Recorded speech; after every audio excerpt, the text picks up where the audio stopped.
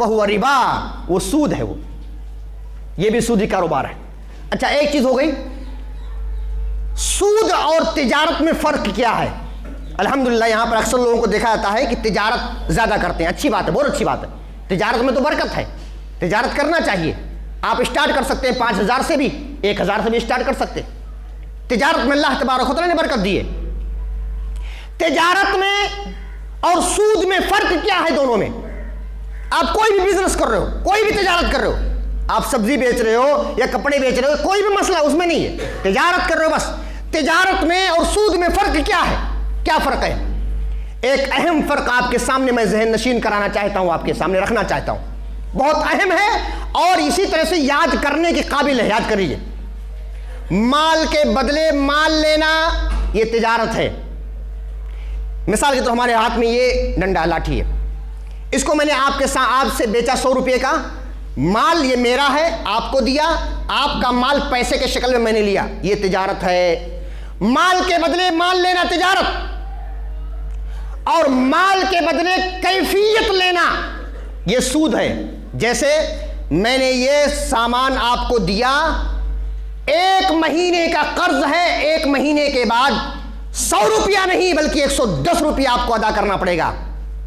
مدت لیا نا، وقت لیا، میعاد لیا۔ تو اگر ایسی چیز، ایسی تجارت جو کیفیت پر مال لیا جائے، مہینہ وقت اور میعاد وقت کے حساب سے، ابھی اس کو لوگے تو 100 روپیہ، 1 مہینے کے بعد اس کو دو گے پیسہ تو وہ 1 مہینہ چونکہ گزرا ہے تو 110 روپیہ آپ کو دینا پڑے گا۔ وہ 10 روپیہ کیا بنا؟ سود بن گیا۔ غور کیجیے، بہت آسان طریقہ یہ جاننے کا کہ مال کے بدلے مال لینا تجارت، اور مال کے بدلے کیفیت لینا، وقت لینا، میعاد لینا، یہ کیا ہے؟ یہ سود ہے۔ 3 چیزیں آپ کے سامنے میں نے ذکر کر دیا۔ چوتھی چیز یہ ہے، سودی کاروبار کرنے والا سود خور کل قیامت کے دن پاگل بنا کر اٹھایا جائے گا، پاگل بنا دیا جائے گا۔ اور اللہ تبارک و تعالیٰ فرماتا ہے سورہ بقرہ پارہ نمبر 3 کے اندر، الذین یاکلون الربا لا یقومون الا کما یقوم الذی یتخبطہ الشیطان من المس۔ جو لوگ سود کھاتے ہیں یا سودی کاروبار کرتے ہیں نہیں اٹھائے جائیں گے مگر اس حالت میں جیسے وہ شخص جس کو شیطان چھو کر خبطی بنا دیا ہو۔ شیطان نے اگر کسی کا آسیب لگ گیا، شیطان کسی کو لگ گیا، بتائیے وہ صحیح طور سے کھڑا نہیں ہو سکتا، پاگل بنا دیتا ہے، خبطی بنا دیتا ہے، خبط الحواس ہو جاتا ہے، وہ شخص پاگل ہو جاتا ہے۔ کل قیامت کے دن یہی سود خور،